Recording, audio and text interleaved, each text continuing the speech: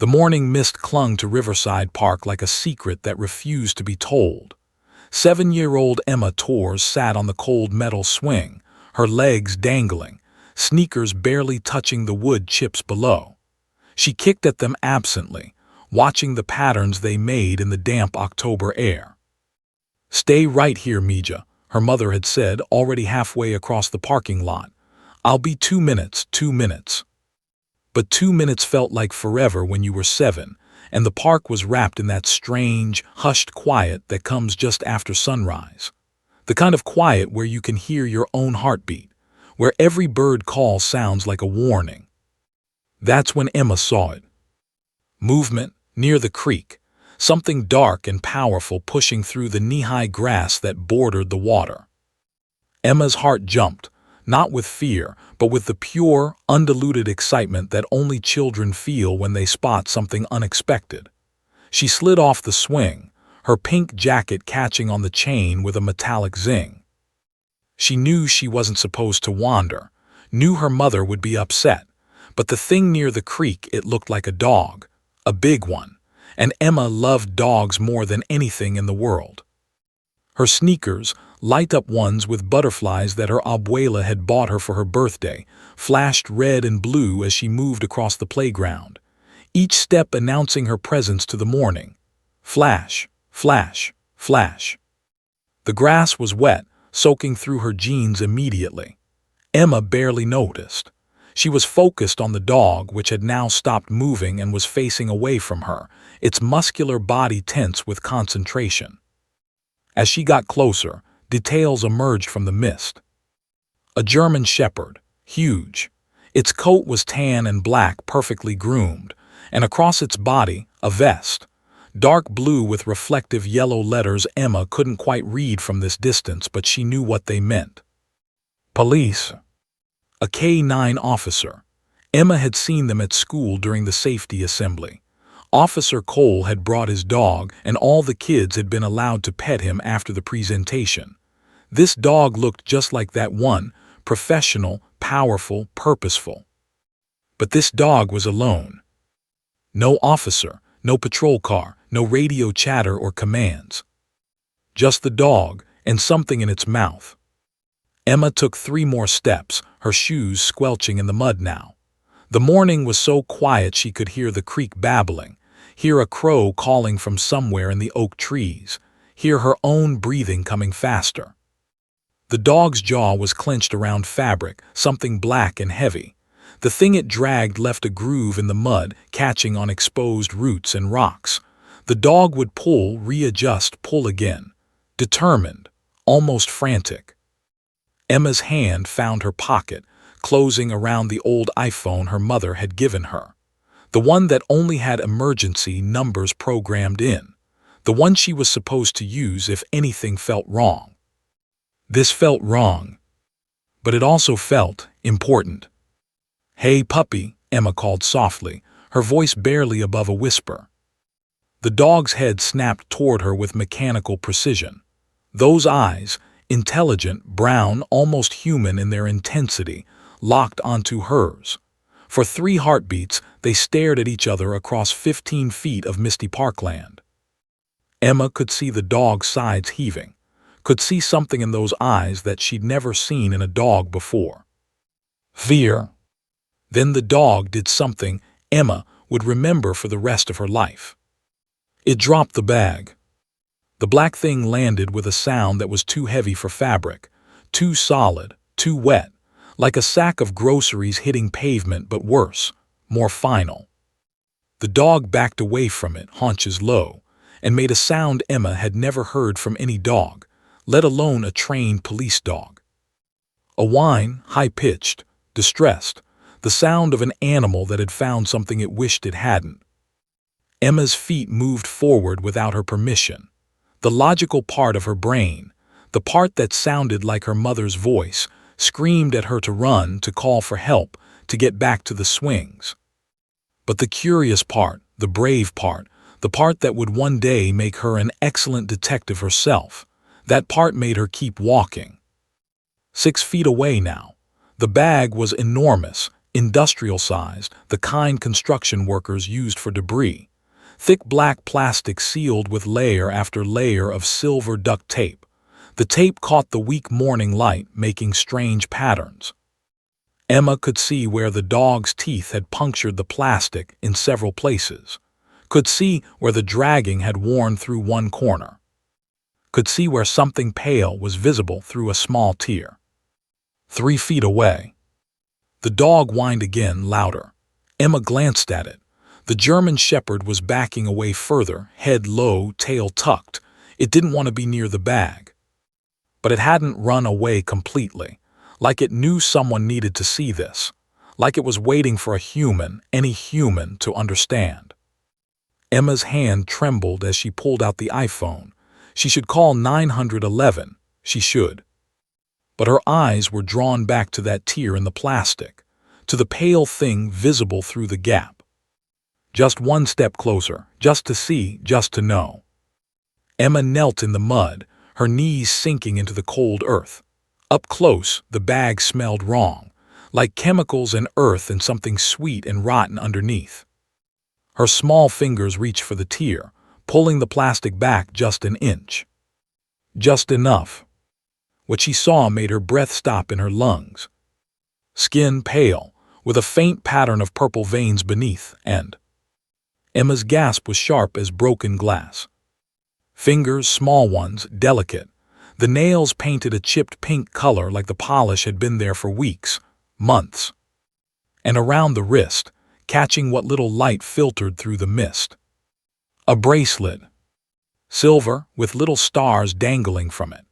Emma recognized it immediately because the same bracelet was on the poster that had been in every store window since summer ended, the poster with the missing girl's face. The poster that said, "Missing, Lily Chen, age 13. The poster that showed Lily wearing that exact bracelet in her school photo, smiling, unaware that 3 months later she'd vanish on her way home from volleyball practice. The scream that tore from Emma's throat shattered the morning silence like glass. Birds exploded from the trees. The dog barked sharply, and from across the park, Emma's mother's voice, sharp with sudden panic, called her name. Emma, Emma. But Emma couldn't move, couldn't look away, because her 7-year-old brain was trying to process what her eyes were seeing. A hand in a bag in her park, where she played, where she was safe. And the bracelet with stars that meant this wasn't just any hand. This was Lily Chen. The girl whose face Emma saw every single day. The girl the whole town had been searching for. The girl everyone whispered about at school when they thought the little kids weren't listening. Emma had found her. Or at least part of her. Emma's mother was running now, feet pounding across the playground, voice rising to that pitch that meant real fear. The police dog sat 10 feet away, watching Emma with those impossibly intelligent eyes, as if to say, "Now you know. Now you understand why I brought it here." Someone had to find her. And now someone has. Detective Marcus Webb had been a cop for 17 years. He'd worked homicides in Pittsburgh before moving to Millbrook for a quieter life. He'd seen bodies in every state of decay, crime scenes that would haunt a person's dreams for years, and human cruelty in forms most people couldn't imagine. But he'd never gotten used to the sound of a mother screaming for her child. The dispatch call came through at 7:42 a.m., interrupting the quiet hum of Ruby's diner where Marcus sat in his usual corner booth. He'd been staring at his reflection in the black coffee, seeing the gray that had crept into his temples over the past 3 months, since Lily Chen disappeared. All units 1054 possible at Riverside Park. K9 unit requesting immediate backup. Child witness on scene. Repeat, child witness on scene. 1054. The code that meant someone was about to have the worst day of their life. Marcus's coffee cup was still rocking on the table when the diner door slammed behind him. Ruby shouted something about his bill, but he was already in his unmarked Crown Victoria, engine roaring to life, cherry lights slapped onto the dashboard. The streets of Millbrook blurred past, colonial houses with their perfect lawns, the elementary school where his daughter Claire attended third grade, the library, the post office, all the markers of a town where nothing bad was supposed to happen. Supposed to. His knuckles were white on the steering wheel. 3 months. 3 months of following dead-end leads on Lily Chen. 3 months of watching her parents age 10 years. 3 months of driving past her house at night, seeing the porch light still on, that universal signal of parents who refuse to give up hope. 3 months of Claire asking him at dinner, "Daddy, did you find that missing girl yet?" And him having to say no every single time. Marcus's phone rang, Sarah, his wife. "I heard the call on the scanner," she said without preamble. Her voice had that tight quality it got when she was trying not to cry. "Marcus, if it's her." "I don't know yet." "Promise me you'll be careful. Promise me you won't." She stopped. They both knew what she meant. Don't fall apart. Don't bring it home. Don't let it consume you like it did in Pittsburgh. "I promise," Marcus lied. He ended the call as he crested the hill overlooking Riverside Park. 3 patrol cars were already there, light bars painting the morning in red and blue.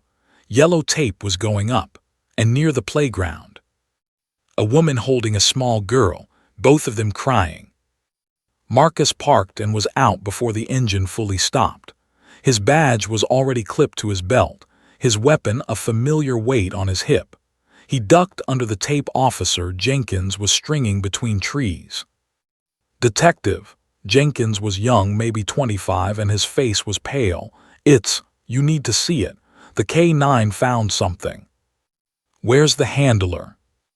"Cole's over there with Valor. The dog won't move, won't respond to commands, just keeps staring at the bag like," Jenkins swallowed hard, "like he knows what's in it." Marcus followed Jenkins's gesture. Officer Ryan Cole stood beside his patrol car, one hand on Valor's head. The German Shepherd was sitting rigidly, trembling. In 4 years as a K9, Valor had never refused a command, never showed fear. But Marcus couldn't focus on that now. His attention was drawn to the woman and child on the bench. He recognized them both. Maria Torres, single mother, worked as a paralegal at the firm on Main Street. Quiet, private, had moved to Millbrook 5 years ago from somewhere in Pennsylvania. And Emma Torres, 7 years old, big dark eyes, sweet kid who always waved at him during school assemblies. Those big dark eyes were red from crying now. Marcus approached slowly, keeping his movements calm, controlled. He knelt in front of the bench, putting himself at Emma's eye level. "Hey, Emma, remember me? Detective Webb. I came to your school to talk about safety." Emma nodded, her face buried in her mother's shoulder. "I know you're scared, sweetheart, but I need you to be really brave for me, okay? Can you tell me what you saw?" Emma's voice came out muffled, small. "The puppy was dragging it, the big police puppy. I thought he needed help." Maria Torres' hand stroked her daughter's hair with mechanical repetition. Her eyes met Marcus's, and in them he saw the look of every parent's nightmare, the realization that the monster wasn't under the bed or in the closet. It was here, in the park where their children played. "Emma," Marcus kept his voice gentle, "what did you see in the bag?" "A hand." Emma lifted her face and Marcus's heart clenched at the tear tracks on her cheeks. It had a bracelet with little stars, like the missing girl on the posters. Marcus felt his stomach drop into his shoes. He stood, gestured for Jenkins to stay with the family, and forced his legs to carry him toward the creek. The bag lay near the water's edge, partially concealed by tall grass. The morning sun had burned off some of the mist, and Marcus could see it clearly now. Industrial-grade plastic, duct tape, and a small tear-wear. He pulled on latex gloves with practiced efficiency, though his hands wanted to shake. 20 feet away, he could hear Maria Torres crying softly, could hear dispatch crackling over the radios, could hear his own heartbeat in his ears like a drum. Marcus knelt beside the bag. His flashlight clicked on habit even in daylight. He needed to see everything, miss nothing. He pulled back the torn plastic carefully, mindfully. Every action documented in his brain for the report he'd write later, if he could function after this. The pale thing Emma had seen resolved into focus. A hand, yes, small, delicate, with a silver bracelet.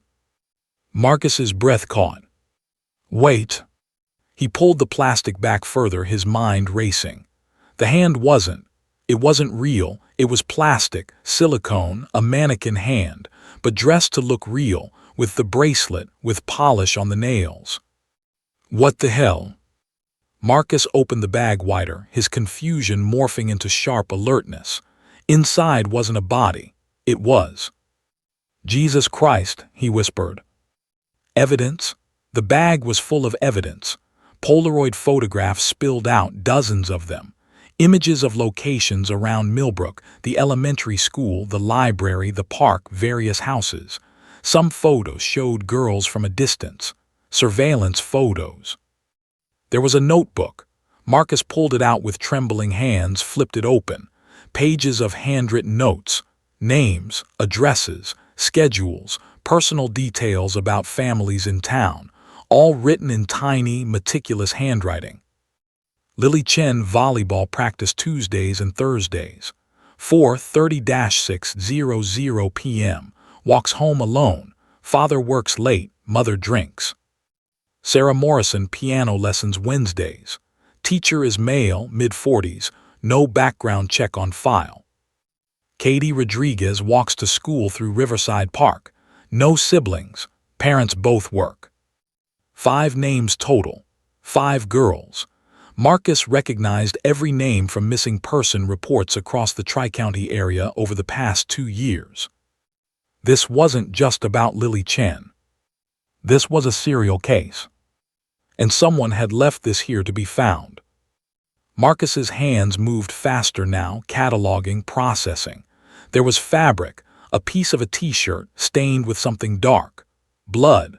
There were more photos, these ones showing the interiors of what looked like basements or storage units. And then at the bottom of the bag, sealed in a clear evidence bag. A map. Marcus pulled it out, unfolded it with shaking hands. It was a map of Millbrook and the surrounding counties. 5 locations were circled in red ink. 5 addresses. Marcus recognized 2 of them immediately. Lily Chen's house, Sarah Morrison's house, another missing girl. This was a target list. His radio crackled. Detective State Police are en route. ETA 15 minutes. FBI has been notified. Copy, Marcus said automatically, but his attention was fixed on something else. Another item in the bag, a manila envelope sealed with tape. Marcus opened it.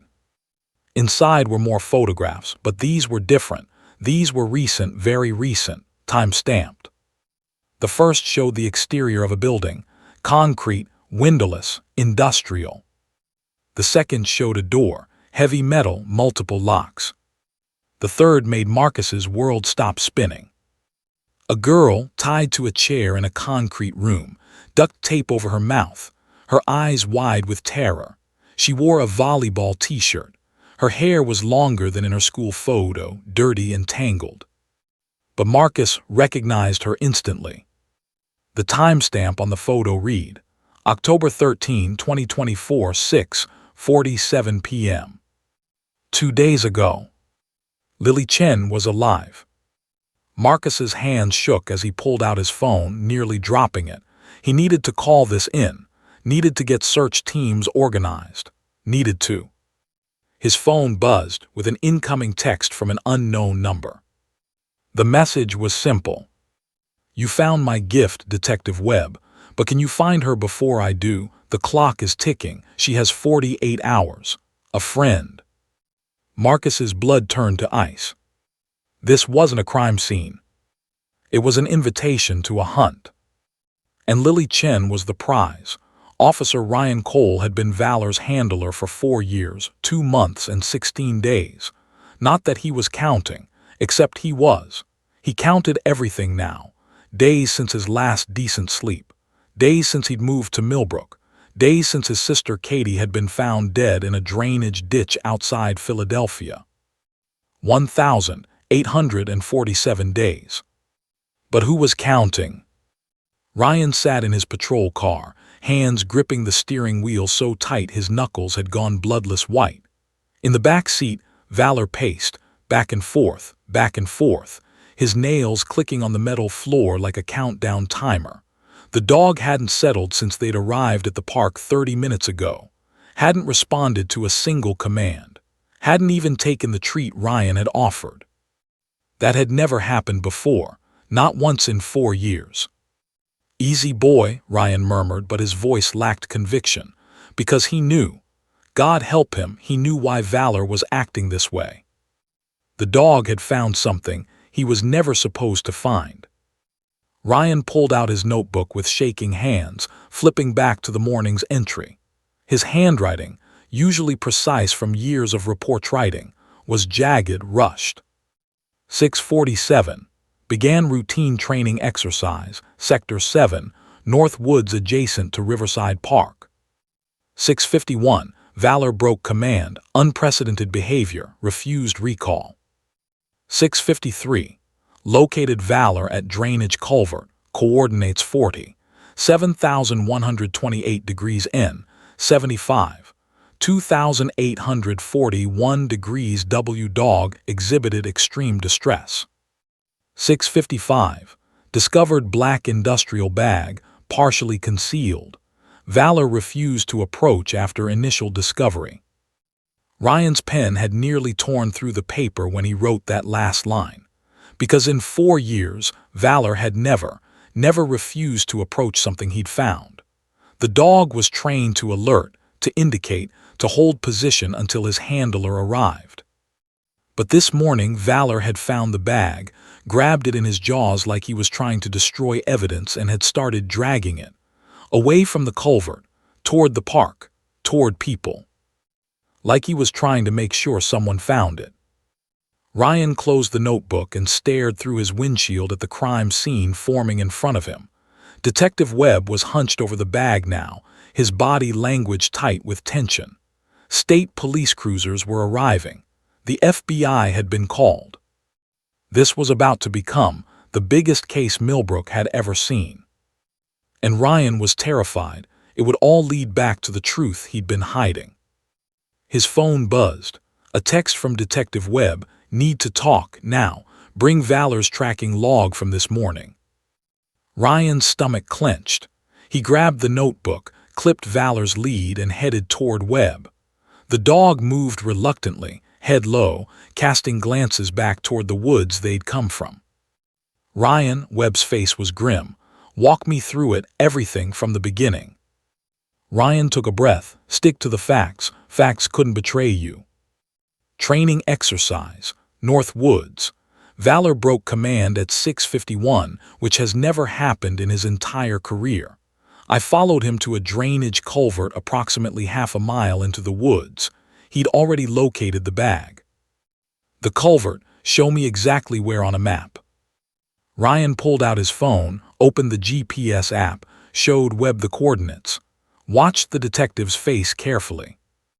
Webb's jaw tightened. "That's on private property." "Yes, sir, the old Anderson estate." "Thomas Anderson, the millionaire who died 3 years ago." "Allegedly died," Ryan said quietly. Webb's eyes snapped to him. "Explain." Ryan had been preparing for this moment for months, had his story ready. But now, standing here with a missing girl's life in the balance, the lies felt heavy as stones in his mouth. "I've been running training exercises near that property for the past 6 months, Ryan said carefully. "Something about it always felt off. The property's supposedly abandoned, but I've seen signs of activity. Fresh tire tracks after rain, lights in the old barn at night, smoke from a chimney." "And you didn't report this?" "I did 3 times, filed reports with the county sheriff. They checked it out, said it was kids trespassing or vagrants, told me to stop wasting their time." Ryan met Webb's eyes. "But I knew better." How? Ryan's hand moved unconsciously to his pocket where he kept a photo of Katie, his sister, 17 and beautiful and dead, but he couldn't show Webb that. Not yet. Not until he was sure. Call it cop instinct, Ryan said instead. Webb studied him for a long moment. Ryan could see the detective's mind working, processing, evaluating, deciding whether to trust him or suspect him. The bag, Webb said finally. It wasn't there long. You said Valor found it this morning, but the mud on it is fresh. The leaves on top are from Monday's storm. I know. Which means someone placed it there recently, within the last 48 hours. Yes. Someone who wanted it found. Or someone who was interrupted, Ryan countered. The culvert is well hidden. You'd only find it if you knew exactly where to look, or if you had a trained K9. Webb's expression darkened. You think someone knew you'd be training there today? I think someone's been watching. Ryan glanced back at Valor, who had his eyes locked on the tree line, and I think they're still watching now. Webb followed his gaze. The woods were quiet, morning sun filtering through the autumn leaves, peaceful. Except Ryan had learned that evil didn't advertise itself with dramatic music and ominous shadows. Evil looked like an abandoned estate, like a quiet neighbor, like an art teacher who stayed after school to help struggling students. I need you to take me to that property, Webb said. Now, before the FBI arrives and turns this into a jurisdictional nightmare. Ryan nodded. There's something else you should know. What? The Anderson property. It's not just the main house and barn. According to county records I pulled last month, there's a network of old coal mining tunnels that run beneath the entire estate. Some of them connect to other properties miles away. Webb's face went pale. Escape routes. Or prison cells. Ryan's voice was barely a whisper. Underground rooms where someone could keep people for months and no one would ever hear them scream. The two men stared at each other, the weight of implication hanging between them. Get in your cruiser, Webb ordered. We go now quietly, just us. What about backup? If this is what I think it is, if someone's actively watching, then the moment we show up with 20 cops and helicopters, Lily Chen is dead. We need to scout it first. Ryan nodded, started back toward his car, but Webb's hand on his arm stopped him. Ryan, why didn't you tell me about your suspicions regarding the Anderson property sooner? Ryan met the detective's eyes. In them, he saw the same thing he saw in his own mirror every morning. Obsession, guilt, the consuming need to save someone because you couldn't save the one who mattered most. Because I wasn't sure, Ryan lied. And I didn't want to be wrong again. The truth, that he'd been conducting his own unauthorized investigation, that he'd broken into the Anderson property twice already, that he'd found things that connected this case to his sister's murder, that truth would have to wait. Ryan climbed into his cruiser, Valor leaping into the back seat. Through the rearview mirror, he watched Detective Webb jog to his Crown Victoria.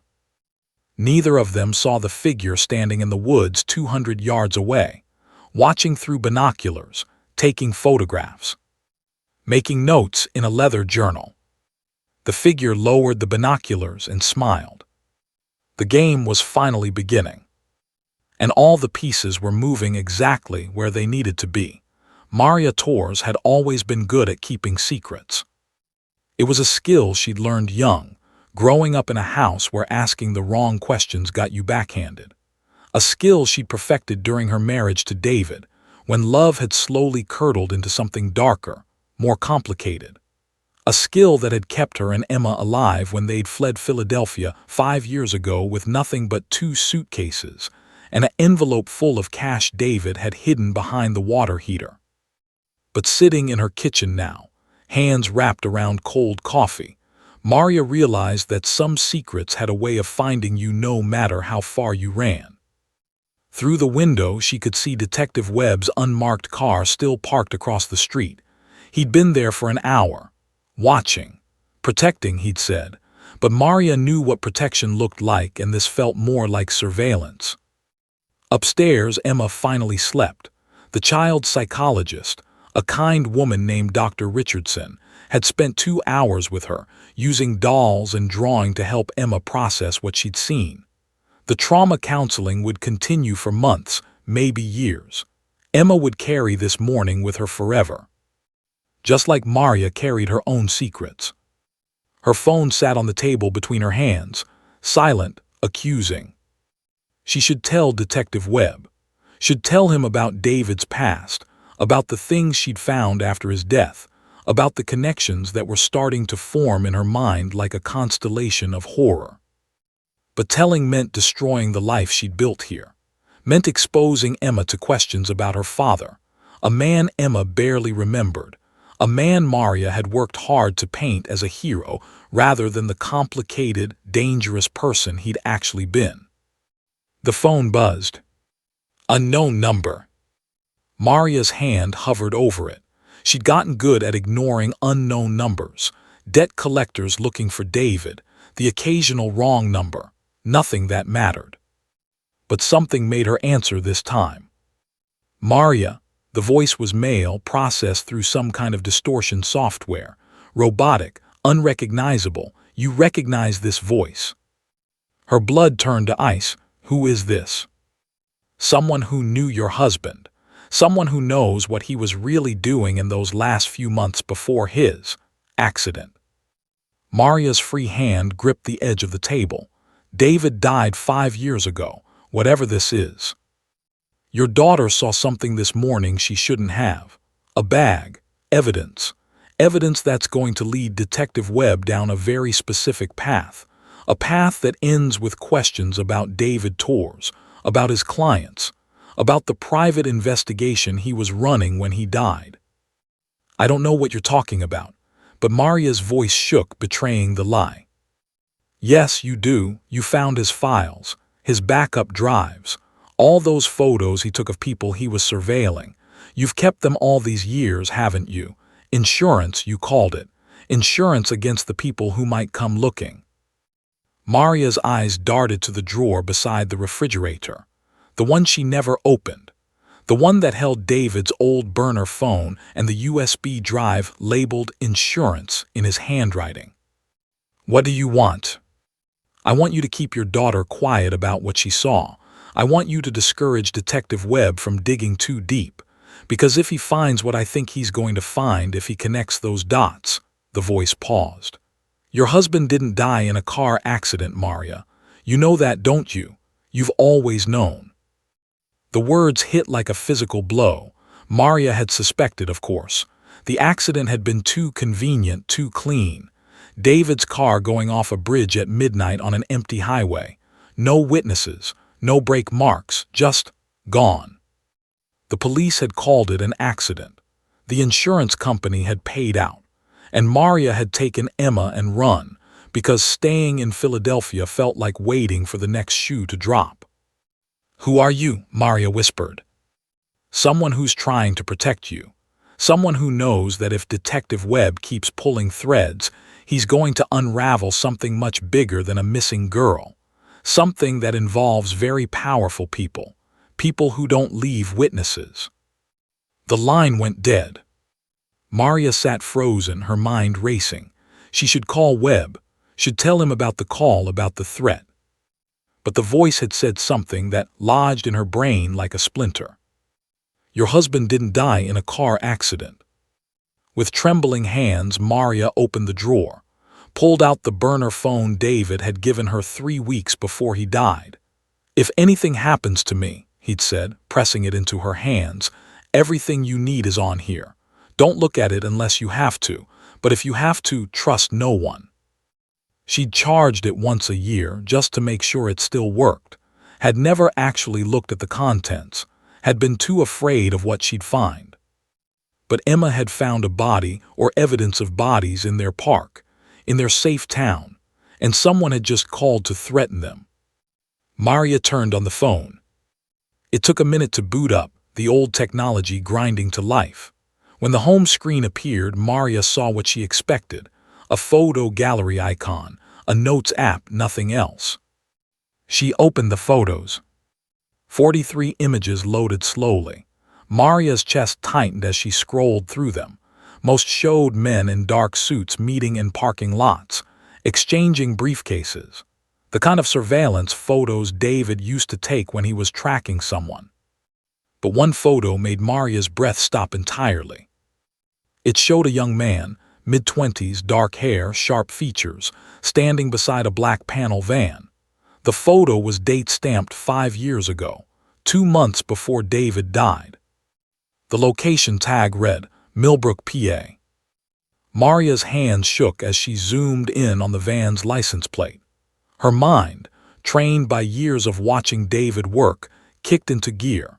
She grabbed her laptop from the counter, fingers flying across the keyboard as she accessed the public records database she still had bookmarked. The plate came back immediately.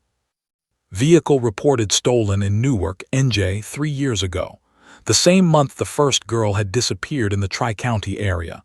Sarah Morrison, age 14, last seen walking home from piano lessons. Never found. Maria's stomach churned. She looked back at the photo, at the man's face. Something about him was familiar, recently familiar.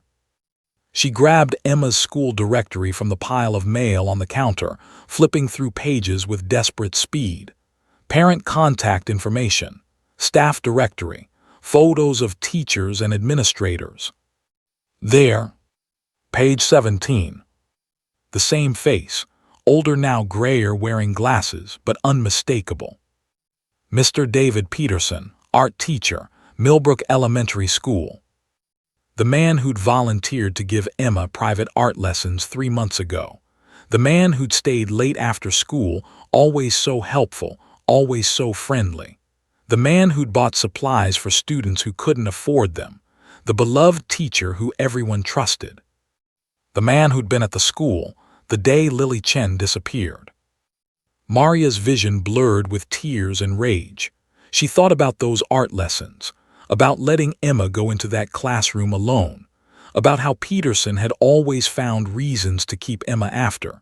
She's so talented. Just a few more minutes, Maria. I promise I'll have her out by 4:30.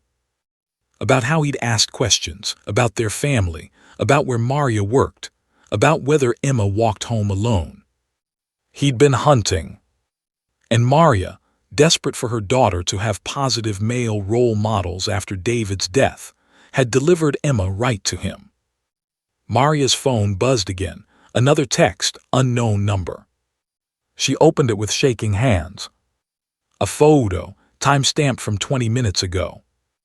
It showed Emma's bedroom window, from outside, taken from the tree line behind their house. The message below read, "She's safe for now, but secrets have a way of getting people killed, Maria. Your husband learned that lesson. Don't make Emma learn it too. A friend." Maria's scream caught in her throat. Someone was watching her house. Someone had been watching Emma. And Maria had to decide, call Detective Webb and risk exposing everything, or stay silent and risk losing her daughter the way Lily Chen's parents had lost theirs. The choice felt impossible. But she had 5 minutes to make it before Emma woke up and came downstairs asking for breakfast. 5 minutes to choose between truth and survival. Detective Marcus Webb hadn't slept in 36 hours. The evidence from the bag was spread across every available surface in the Millbrook Police Department's conference room, a space that usually hosted town council meetings and retirement parties, now transformed into the nerve center of the biggest criminal investigation the county had ever seen. Marcus stood at the head of the table, his shirt wrinkled, tie loosened, eyes burning from too much coffee and too little rest. State police had come and gone. The FBI had set up shop in the building next door, but Marcus had insisted on keeping the physical evidence here in his jurisdiction where he could see it, touch it, understand it. Because something about this case wasn't adding up. "Talk to me about the notebook," FBI Special Agent Linda Chen said from across the table. She'd arrived from Philadelphia 6 hours ago, Her last name a painful coincidence that made Marcus's chest tight every time he said it. What are we looking at? Marcus picked up the leather-bound journal, its pages worn from repeated handling. It's a surveillance log, detailed observations about 5 girls over the course of 2 years, their routines, their families, their vulnerabilities. Classic predator behavior. Yes, but Marcus flipped to a specific page he'd marked with a sticky note. The handwriting changes. For the first 30 pages it's neat, precise, almost clinical, like someone taking scientific notes. He showed her the page. Subject L.C. Lily Chen, age 13. Volleyball team. Practice schedule, Tuesday, Thursday 4:30-6:00 p.m. Walks home alone via Maple Street. Father James Chen, 42, works late hours at manufacturing plant. Mother Susan Chen, 40, shows signs of alcohol dependency. Subject appears isolated despite outward social presentation. Vulnerable.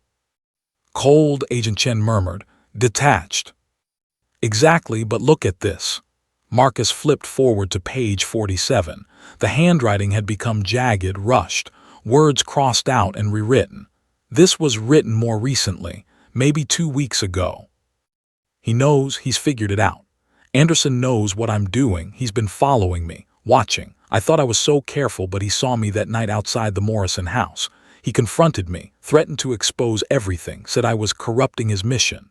His mission, like he's some kind of savior, he's just as bad as me. Worse. At least I'm honest about what I want. He pretends it's about protection, about rescue.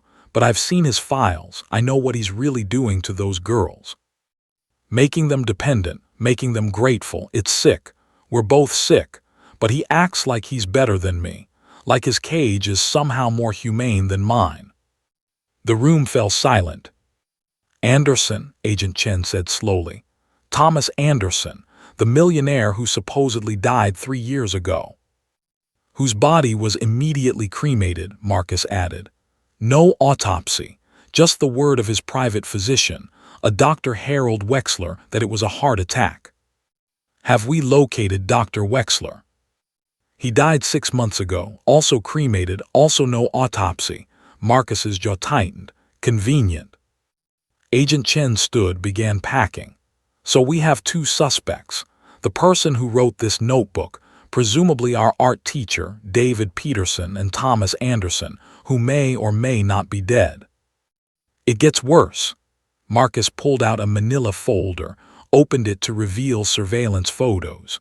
We executed a search warrant on Peterson's apartment 2 hours ago, found these hidden behind a false panel in his closet. The photos showed girls, dozens of them. Some were surveillance shots taken from a distance. Others were closer, more intimate. All showed girls between the ages of 12 and 15. Some Marcus recognized from town. Others were strangers. But tucked at the bottom of the stack was something that made Marcus's blood run cold. A photo of Emma Torres. Taken 3 months ago outside Millbrook Elementary. Emma stood by the bike racks, backpack slung over her shoulder, completely unaware she was being photographed. Written on the back in that same precise handwriting from the notebook's early pages. E.T. age 7, too young for the project but shows interesting characteristics. Mother is single, works full-time. Child often unsupervised, worth monitoring. Marcus's hands shook with rage. He was stalking Emma, a 7-year-old. But he didn't take her, Agent Chen observed. Why?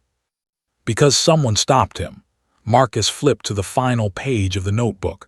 Look at the last entry, dated 3 days ago. I can't do this anymore.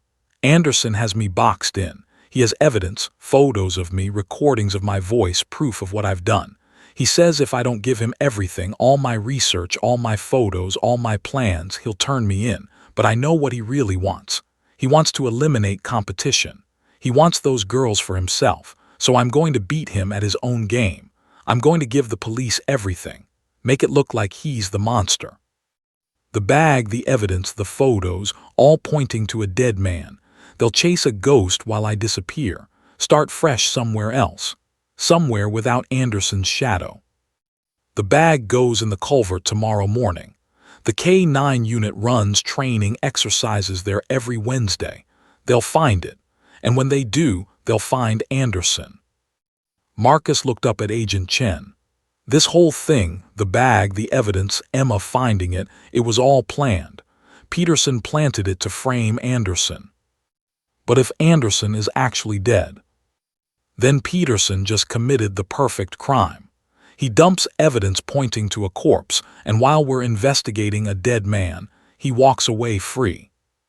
Marcus's phone buzzed. A text from Ryan Cole, "At Anderson property, you need to see this. Now." Marcus grabbed his jacket. "Cole's at the estate. He went ahead to scout while we processed the apartment." "I'm coming with you." They were halfway to the door when Marcus's phone rang. The caller ID showed Maria Torres. Marcus almost didn't answer. He needed to get to that property, needed to see what Ryan had found. But something made him pick up. "Detective Webb." Maria's voice was pure panic. "Someone's been watching my house.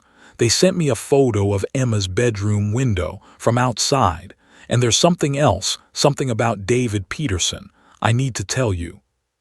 "Mrs. Torres, are you and Emma safe right now?" "Yes, but..." "Lock your doors. Don't let anyone in except uniformed officers. I'm sending a patrol car to sit outside your house immediately. I promise we'll talk as soon as I..." A second call was coming through. Ryan Cole. "Mrs. Torres, I have to go. Lock the doors now." Marcus switched calls. "Ryan, what did you find?" Ryan's voice came through tight, breathless. "Marcus, the barn, you were right about the tunnels. I found an entrance hidden behind a false wall, and I found..." His voice broke. "I found beds, 5 of them, chains, medical equipment, food supplies. Someone's been living down here." "Is anyone there now?" "No, but Marcus..." Ryan's breathing was rapid. "I found files, records.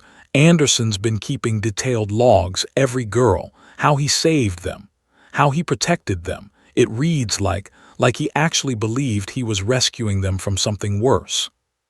Marcus's mind raced. "What about Lily Chen? Is she..." "There's a bed that looks recently used, still warm, food on a tray maybe an hour old. Marcus, she was here, recently." "Meaning someone moved her?" "Or she moved herself."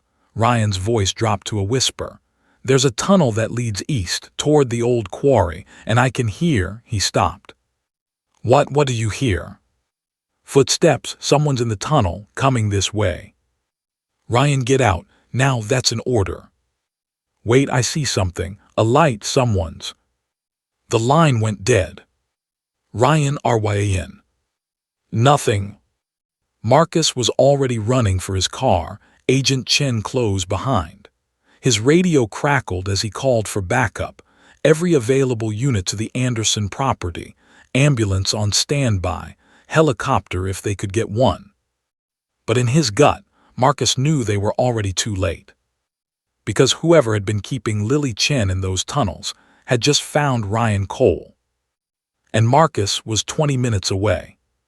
20 minutes that could mean the difference between saving a missing girl and losing a good cop. 20 minutes that would haunt him for the rest of his life. If Ryan didn't make it out, Emma Torres woke to the sound of tapping on her window. At first, she thought she was still dreaming, the kind of nightmare that had plagued her since this morning, the bag, the hand, the bracelet with stars. Dr. Richardson had said the bad dreams might come for a while, had given Emma's mother a list of things to watch for. But this wasn't a dream. Tab, tab, tab. Emma's eyes opened in the darkness of her bedroom. The nightlight, shaped like a butterfly, a gift from her abuela, cast soft purple shadows across her walls. Downstairs, she could hear the television murmuring, which meant her mother had probably fallen asleep on the couch again. She'd been doing that a lot since Dad died. Tab, tab, tab. Emma sat up slowly, her heart beginning to hammer. The tapping was coming from the window that faced the backyard, the window that was on the second floor. The window that no one should be able to reach without a ladder. She should call for her mom, should scream, should do anything except what she did next. She walked to the window. Through the glass, illuminated by the streetlight filtering through the trees, was a face she knew. Mr. Peterson, Emma whispered, her breath fogging the glass. Her art teacher smiled at her through the window, his expression warm and familiar.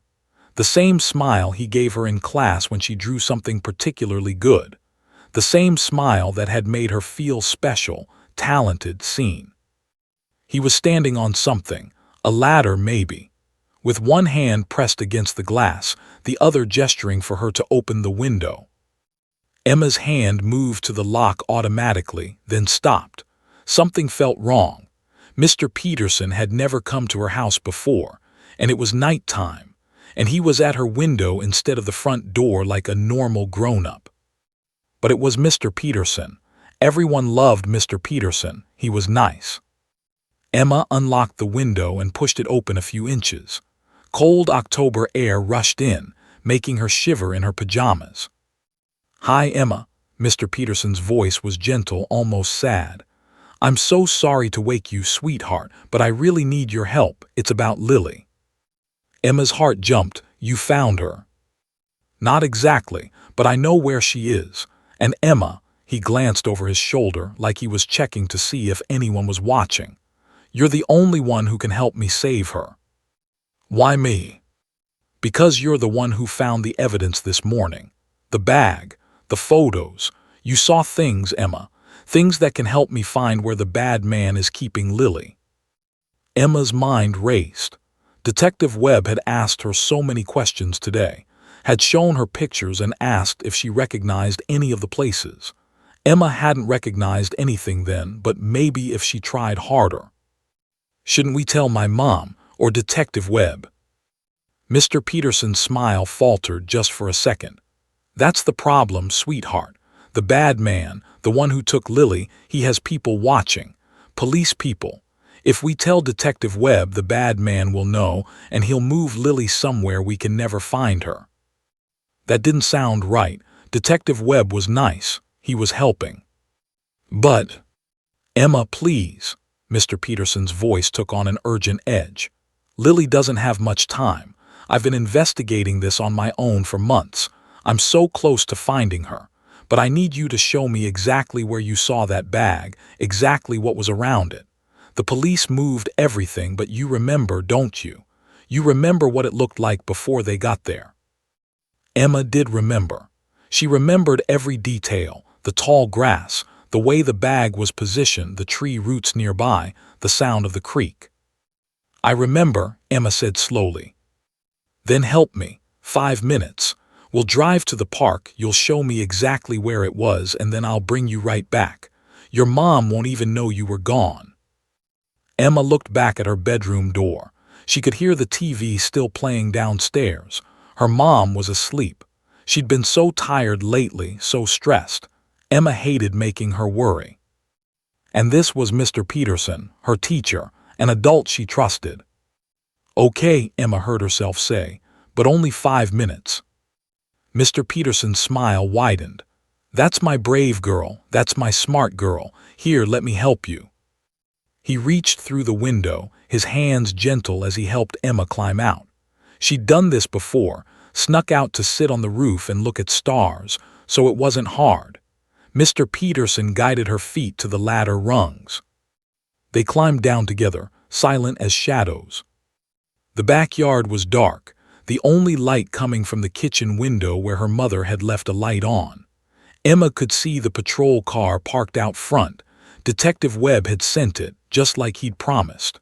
But the officer inside was looking at his phone, not at the house. "My car's just down the street," Mr. Peterson whispered, his hand on Emma's shoulder. "Quick and quiet, okay?" They walked through the grass, past the fence line, into the shadows between streetlights. Emma's light-up shoes were in her bedroom, so her regular slippers made no sound. She was practically invisible in her dark purple pajamas. Mr. Peterson's car was a silver sedan parked 3 houses down. Nothing special, Nothing scary, just a normal car. He opened the passenger door for her and Emma climbed in. The interior smelled like coffee and the pine air freshener hanging from the rearview mirror. Normal. Safe. Mr. Peterson got in the driver's side, started the engine. The dashboard clock read 10:47 p.m. 5 minutes, Emma reminded herself. 5 minutes to show him the spot, then back home. They pulled away from the curb slowly, headlights off until they turned the corner. Emma watched her house disappear in the side mirror. That's when she noticed something that made her stomach clench. They weren't turning toward Riverside Park. They were heading the opposite direction, toward the highway. Mr. Peterson, Emma's voice came out small, the park is the other way. I know, sweetheart. But you said. His hand shot out, not violent but firm, covering her mouth. His other hand stayed on the wheel, steady. His voice when he spoke was different, harder, colder. I said a lot of things, Emma, because you were supposed to keep quiet about what you saw this morning, but you didn't. You told that detective everything. You described the bag, the photos, the location. And now, he glanced at her and Emma saw something in his eyes that made her blood freeze. Now you've made yourself valuable to me, and to others. Emma tried to scream, but his hand pressed tighter. She reached for the door handle, but it was locked. Child safety locks. Don't fight, Mr. Peterson said, almost kindly. It'll only make this harder. I'm not going to hurt you, Emma. You're just insurance, until I can figure out my next move. The car accelerated, merging onto the dark highway. Through the window, Emma could see Millbrook disappearing behind them. The streetlights, the houses, the safety of everything she knew. Her mother's phone was in the house. Her shoes were in the house. No one had seen them leave. No one knew she was gone. The car turned off the highway onto a narrow road Emma didn't recognize. Trees pressed close on both sides, branches forming a tunnel overhead. No streetlights, no other cars. Just darkness. And ahead, barely visible in the headlights, Emma saw a sign. Weathered, hand-painted, partially obscured by overgrown brush. Anderson Estate, private property, no trespassing. Mr. Peterson turned onto a gravel driveway that wound into the woods. The car bumped over roots and potholes. Emma's heart hammered so hard she thought it might burst. Please, she whimpered against his hand. Please, I want my mom. Your mom has secrets too, Emma. Did you know that? Mr. Peterson's voice was conversational now, like they were discussing a school project. Your dad, before he died, he was investigating some very bad people. He took pictures of things he shouldn't have seen. And your mom kept those pictures, kept them all these years. Emma didn't understand, didn't want to understand. The car stopped in front of a large barn, dark, silent, abandoned-looking except for one detail that made Emma's bladder nearly let go. Fresh tire tracks in the mud, leading to the barn door. Someone else was here, or had been here recently. Mr. Peterson got out, came around to Emma's door and pulled her from the car. His grip on her arm was tight but not painful, like he'd done this before. Inside, he said, pushing her toward the barn door. Someone very important wants to meet you.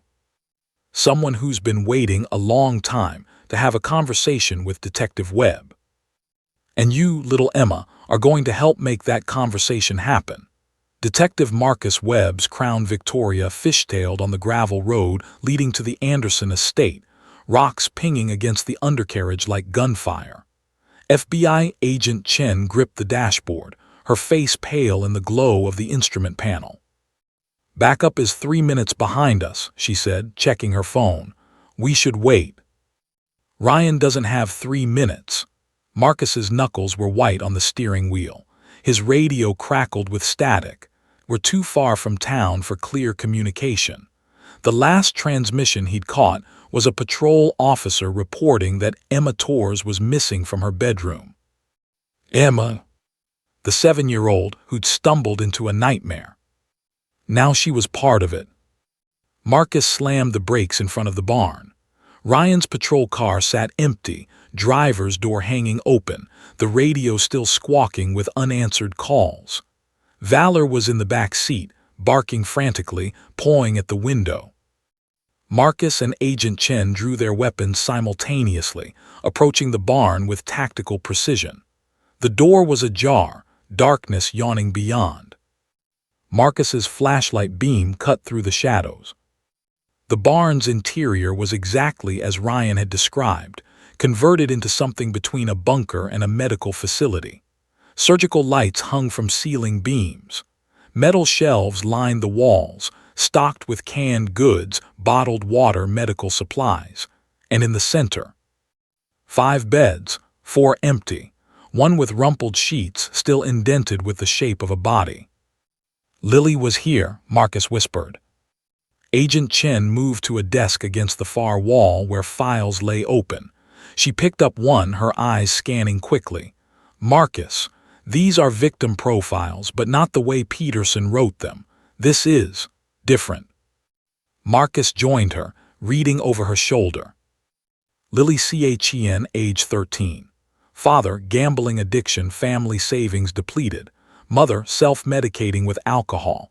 Home environment, emotionally neglectful. School performance, declining. Signs of depression. Assessment, high risk for exploitation by opportunistic predators. Intervention, removal to secure location. Duration, 90 days. Goal, psychological stabilization and threat elimination. He thought he was saving them, Agent Chen breathed. Thomas Anderson. Marcus flipped through more files. Each girl had a similar profile, not stalking notes but case files, like a social worker's documentation. He wasn't kidnapping them, he was protecting them. From Peterson. Agent Chen held up another document, surveillance photos of David Peterson outside various schools, following young girls. Anderson was tracking Peterson, trying to save the girls Peterson was targeting. Marcus's mind reeled. So Peterson plants evidence to frame Anderson. Anderson takes girls to protect them from Peterson. They're both. A sound echoed from beneath their feet, a muffled shout. Marcus dropped to his knees, searching. There, a section of the floor that didn't quite match the others.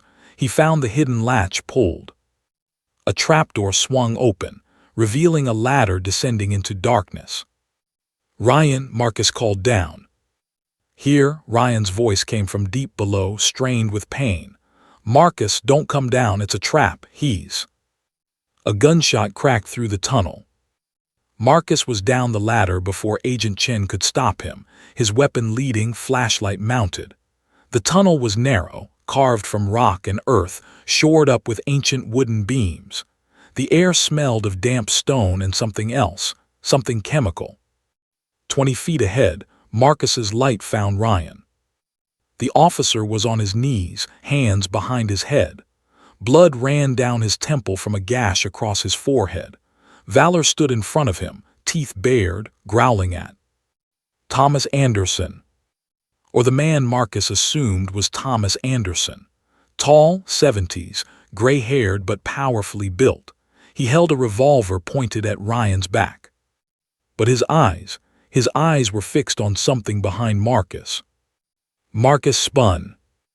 David Peterson stood in the tunnel entrance they'd just come through, emerging from a side passage. He had Emma Torres gripped against his chest, one arm around her throat, a gun pressed to her temple. Emma's eyes were wide with terror, tears streaming down her cheeks.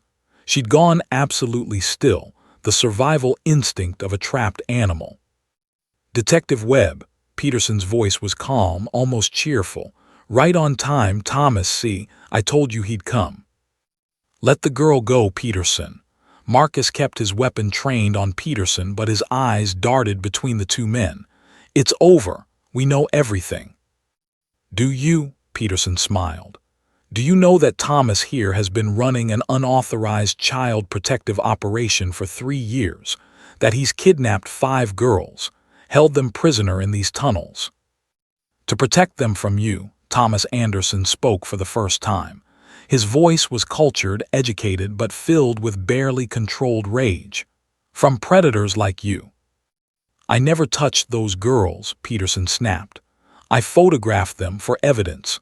Because I was investigating you, Thomas. You're the criminal, you're the kidnapper. Liar, Anderson's gun hand trembled. I found your laptop, your real files, the ones you deleted but I recovered. Plans for taking them, selling them. You're not an investigator, you're a predator pretending to be a hero. Marcus's head swam. Two men, both claiming to be heroes, both holding guns, both with prisoners. Where's Lily Chen? Marcus demanded. Safe, Anderson said, in a secure location, away from both of you. She's terrified, Peterson countered. He's brainwashed her, made her think the outside world is dangerous, made her grateful for her cage. Better a cage than your camera, Anderson snarled. Enough, Marcus's voice echoed through the tunnel. I don't care about your twisted justifications. I care about those girls. Where is Lily? Anderson's eyes shifted, just for a second, toward a passage behind him. Peterson saw it too. His grip on Emma tightened. Thomas, you're going to take me to Lily, right now, or this little girl dies. You won't shoot her, Anderson said. You need her alive for leverage. Do I? Peterson's smile widened. Marcus, did Maria Torres tell you about her husband? About the photos David took before he died? Photos that implicate some very powerful people in very bad things. People who would pay handsomely to make sure those photos never surface. Marcus's blood ran cold. Emma has nothing to do with. Emma's mother has those photos, and certain parties would very much like them back. Emma is valuable detective, worth more as a hostage than as a witness. A phone buzzed, Peterson's phone. He glanced at it, his smile faltering. What is it? Anderson asked. Peterson's face went white. She's gone, Lily. She's not in the holding cell, she's... A sound came from the passage behind Anderson. Footsteps, running. A teenage girl burst into the tunnel. Lily Chen, thin, dirty, but alive and moving. She held a metal pipe in her hands like a weapon. Get away from them, she screamed. The moment of shock was all the opening anyone needed. Valor lunged at Anderson. Ryan threw himself backward, knocking the gun away. Agent Chen appeared at the tunnel entrance, weapon drawn. And Marcus rushed Peterson. But Peterson was faster. He shoved Emma forward, toward Marcus, and ran, not deeper into the tunnels but up, toward a ladder Marcus hadn't seen in the darkness. Marcus caught Emma as she stumbled, passed her to Agent Chen. Get her out. Then he was climbing, following Peterson up into a different barn, smaller, hidden in the woods behind the main property. Peterson stood in the center, wild-eyed, gun swinging between Marcus and the door. It wasn't supposed to be like this, Peterson gasped. I was trying to stop Anderson, trying to expose him, but no one would listen, so I had to make them listen. The bag, the evidence. You were stalking children, Marcus said flatly. Whatever Anderson did, whatever his intentions, you were hunting them. I was documenting, Peterson's voice cracked, building a case, but Anderson kept interfering, kept taking them before I could. He stopped, realized what he just said. Before you could what, David? Marcus took a step forward. Take them yourself. Peterson's face crumpled. I never meant, I just wanted. I'm not like him, I'm not. Then put the gun down. For a long moment, Peterson stared at Marcus. Behind his eyes, something shattered. My sister, Peterson whispered. She was taken, when we were kids, by someone like Anderson, someone who said he was saving her. They never found her, never found him. I spent my whole life looking for men like that, stopping them. By becoming one. I'm nothing like him. The gun came up. Marcus fired. Peterson dropped. And in the silence that followed, Marcus heard Emma crying in Agent Chen's arms outside. Heard Ryan calling for medical. Heard Lily Chen sobbing with relief. But most haunting of all, he heard Thomas Anderson's voice drifting up from the tunnels. There are 47 more like Peterson in Pennsylvania alone. And you just killed the only person who knew where they all were, 3 months later. The winter sun was weak and pale as Emma Torres stood in front of Millbrook Elementary, her mother's hand clasped tightly in hers. The building looked different now, not because anything physical had changed, but because Emma saw it through different eyes. The eyes of someone who'd learned that monsters don't always look like monsters. Sometimes they look like art teachers. "You don't have to do this today," Maria said softly, squeezing Emma's hand. "We can wait another week, another month, however long you need, Mija." But Emma shook her head. She'd missed enough school already. 3 months of therapy, 3 months of nightmares, 3 months of learning how to be a kid again after seeing things no child should see. Dr. Richardson said going back was important, said it was about reclaiming her life. Emma wasn't sure what that meant yet, but she knew she couldn't hide forever. The art room had been converted into a computer lab. No one wanted to use the space where David Peterson had taught, where he'd groomed his victims with praise and patience and art supplies, where he'd made them feel special right up until the moment he made them feel afraid. Emma walked past it without looking inside. In her backpack was a drawing she'd finished last night. Valor, the police dog who'd started this whole nightmare by dragging a bag into the light. She'd gotten every detail right, from the intelligent brown eyes to the powerful stance. She was going to give it to Officer Cole, if he ever came back. Marcus Webb sat in his office at the Millbrook Police Department, now officially Captain Webb after his promotion went through. The walls were covered with maps, photos, timelines, the investigation that wouldn't end even though the case was technically closed. David Peterson was dead, shot in self-defense. The DA had cleared Marcus without hesitation. But Thomas Anderson was gone. Vanished the night of the confrontation. By the time backup had arrived, Anderson had disappeared into the tunnel system, a warren of passages that connected to 3 different properties and eventually to an old quarry with river access. They'd searched for weeks, found nothing. No body, no trail, just gone. Like a ghost. Marcus stared at the file on his desk, the one marked Anderson, Thomas, ongoing investigation. Inside were the profiles Anderson had compiled, not just on the 5 girls he'd taken, but on 23 others across Pennsylvania. Girls at risk, girls being watched by predators, girls who needed protection. Anderson had been right about every single one. 3 had already been approached by suspicious adults. 2 had been reported missing in other counties, cases Marcus was now consulting on. 1 had been found dead. Anderson's files had saved lives, but his methods, kidnapping, imprisonment, psychological manipulation, were unforgivable. Weren't they? Marcus's phone buzzed, a text from an unknown number. He got them occasionally now, ever since that night. Jessica Ramirez, age 14, Pittsburgh, father physically abusive, being groomed online by user Friendly Teacher 88.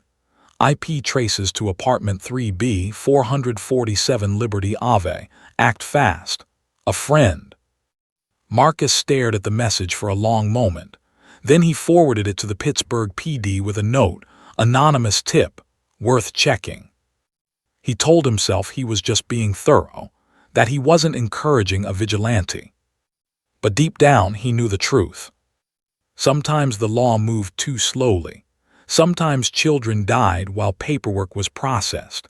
Sometimes monsters walked free because evidence was inadmissible. And sometimes, God forgive him, sometimes Marcus understood why Thomas Anderson had done what he'd done. Ryan Cole sat in his apartment, Valor's head resting on his knee. The dog hadn't left his side since that night in the tunnels. Neither had the nightmares. Ryan was on administrative leave pending the internal investigation. He'd violated protocol by entering the tunnels alone, by conducting an unauthorized investigation, by keeping secrets about what he'd known and when he'd known it. But he'd also helped save 5 girls, including Lily Chen. The department was split on what to do with him. Ryan didn't care anymore, because in Anderson's files, in the documents recovered from the tunnels, Ryan had found something that changed everything. A file on Katie Cole. His sister, dead for 5 years, or so he'd thought. Anderson's notes were meticulous. Katie Cole, age 17. Victim of David Peterson confirmed. Body recovery staged. Actual status, RELOCATED to Safe House, Oregon. New identity, Sarah Matthews. Psychological trauma, severe. Required 2 years of intensive therapy. Current status, stable. Attending Portland State University. Architecture major. Has specifically requested no contact with family to maintain new identity and sense of safety. Ryan had stared at those words for 3 hours straight when he first read them. Katie was alive. Anderson had found her after Peterson dumped what he'd thought was her body, had saved her, given her a new life. Ryan had called the number listed in the file. A woman had answered, cautious, scared, but it was Katie's voice, older, changed, but hers. "Ryan," she'd whispered, "is it really you?" They'd talked for 2 hours. She'd cried, he'd cried. She'd explained everything, the horror of what Peterson had done, the miracle of Anderson finding her, the years of healing. "He saved me," Katie had said. "I know what he did was wrong. I know he broke laws, but he saved me when no one else could. And he saved 22 other girls the same way." Ryan had reported none of this to the department, because if he did, they'd bring Katie back for testimony, destroy the life she'd rebuilt. Some secrets, Ryan had decided, were worth keeping. Maria Torres sat across from FBI agent Chen in a secure facility in Philadelphia. Between them lay David's USB drive, the photos her dead husband had taken, evidence of corruption, trafficking, conspiracy. Evidence that could bring down 12 powerful men. "If you testify," Agent Chen said gently, "we can protect you. Witness protection. New identities for you and Emma, clean slate.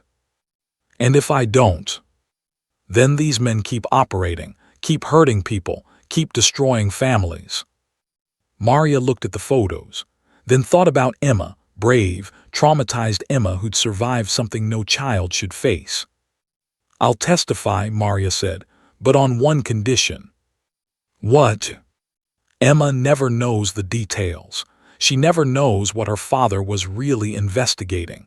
She gets to remember him as a hero. Can you promise me that?" Agent Chen hesitated, then nodded. "I promise." Lily Chen stood with her parents in their living room, watching the news. The story was national now. The arrest of 3 men in connection with a child trafficking network. The takedown of a dark web forum. 12 investigations opened across 4 states. All because of David Torres' photos. All because Maria Torres had been brave enough to come forward. Lily's therapist said she was making remarkable progress, that her resilience was extraordinary, that the 3 months in Anderson's protection had been traumatic but, ironically, had probably saved her from something far worse at Peterson's hands. Lily wasn't sure how to feel about that. She was alive, she was home, she was safe. But she still dreamed about the tunnels, still woke up thinking she was chained to that bed, still flinched when men approached her too quickly. Healing, her therapist said, wasn't linear. Some days Lily believed that, some days she didn't.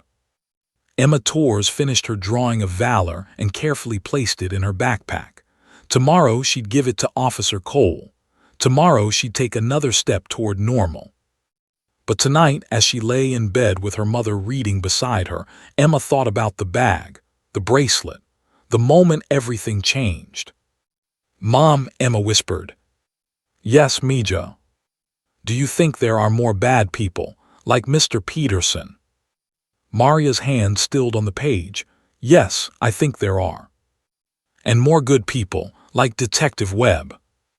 "Yes, many more good people." Then I'm going to be one of the good people. Emma's voice was small but certain. When I grow up, I'm going to help find the bad people, so other kids don't have to be scared. Maria's eyes filled with tears. You're already one of the good people, Emma. You've always been. Marcus Webb drove through Millbrook as the sun set, painting the sky in shades of orange and purple. The town looked peaceful, safe, exactly the kind of place where nothing bad should happen. But Marcus knew better now. Evil didn't announce itself with sirens and smoke. It hid in plain sight, smiled in school hallways, volunteered for field trips, earned trust right up until the moment it betrayed it. His phone buzzed, another anonymous text. Another tip. Another child who needed saving. Marcus forwarded it to the appropriate authorities, started his car, headed home to his wife and daughter. Because the work was never done. The monsters were still out there. But so were the people who fought them. And sometimes, just sometimes, the good people won.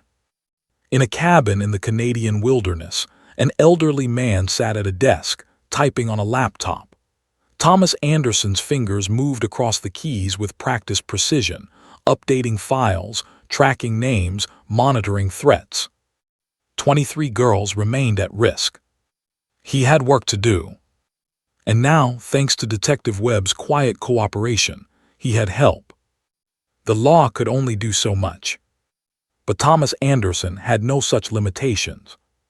He saved the file, closed the laptop, and stared out at the snow-covered forest. Somewhere in Pennsylvania, a 7-year-old girl was learning to be brave again. Somewhere in Oregon, his sister was studying architecture. Somewhere in the darkness, predators were hunting. And Thomas Anderson was hunting them back. The end.